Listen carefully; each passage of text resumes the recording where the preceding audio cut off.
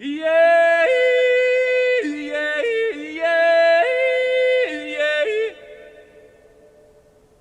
Yeah, yeah, yeah, yeah. Oh, yeah, yeah, yeah, yeah. Oh, yeah. En 1990, Sion était vraiment sur le déclin.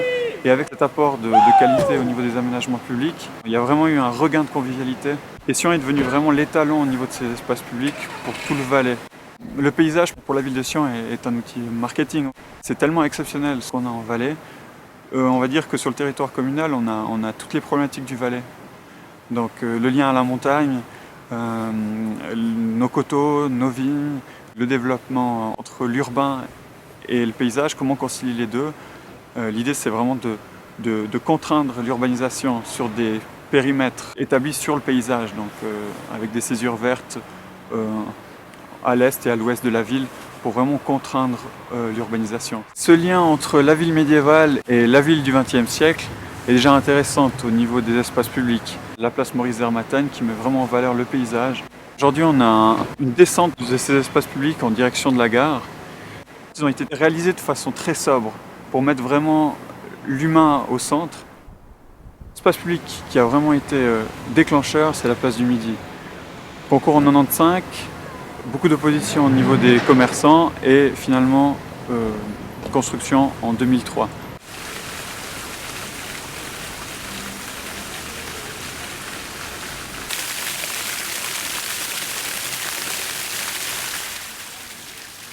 Les gens se sont tout de suite appropriés cet espace public et c'est une réaction en chaîne qui s'est produite avec la création d'Espace des Remparts, un vrai salon urbain.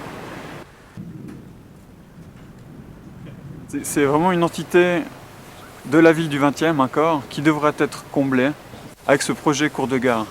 C'est un lieu où ce futur quartier va émerger.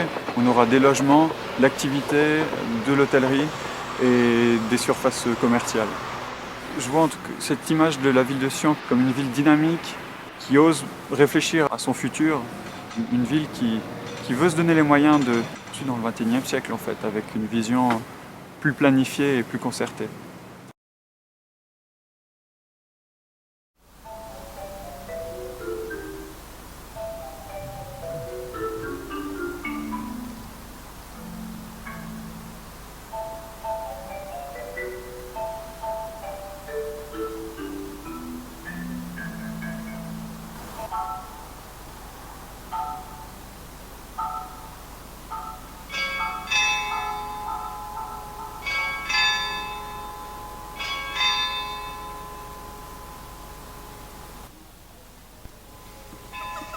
J'ai la chance d'être né dans cette ville, puis de voir ces montagnes depuis tout gamin.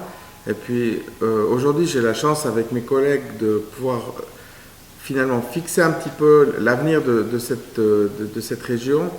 En fait, ce qui me passionne, c'est de voir le potentiel incroyable qu'on a au niveau du climat, au niveau de la beauté des paysages, au niveau aussi de la force des citoyens de ce pays qui sont des gens très volontaires. Vivre à la montagne, c'est dur. Finalement, c'est un pays qu'on aime très très fort et pour lequel on a envie de se battre.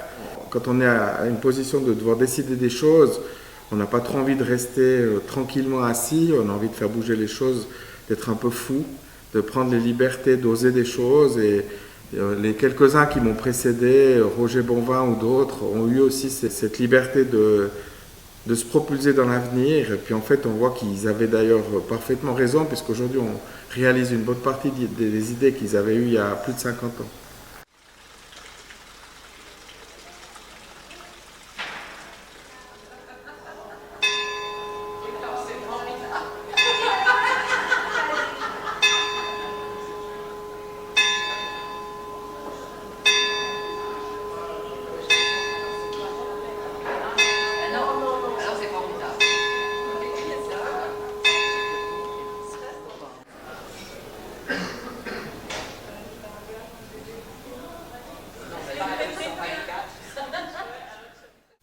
De propulser une région, un Valais central, une ville vers un avenir qui doit lui convenir, qui va permettre d'arriver à un équilibre, une bonne durabilité.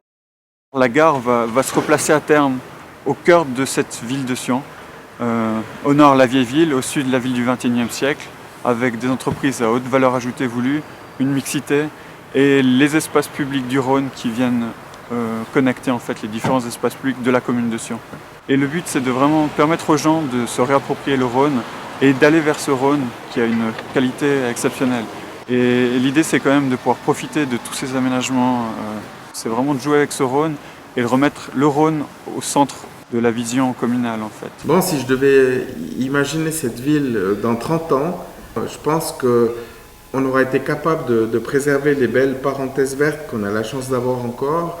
On aura augmenté la densité d'habitation dans notre ville sans que ça devienne pas raisonnable, avec quand même des beaux espaces entre les bâtiments, parce qu'on aura trouvé le moyen de se déplacer autrement qu'en encombrant les rues avec des véhicules. Je m'imagine aussi qu'on sera vraiment une ville de formation, de recherche, avec une capacité de produire de la haute valeur ajoutée au service de notre planète, et où les gens finalement trouveront à la fois une qualité de vie en termes de climat, d'habitation, de mobilité, mais aussi une qualité de vie dans la passion d'exercer le métier que chacun aime à pratiquer.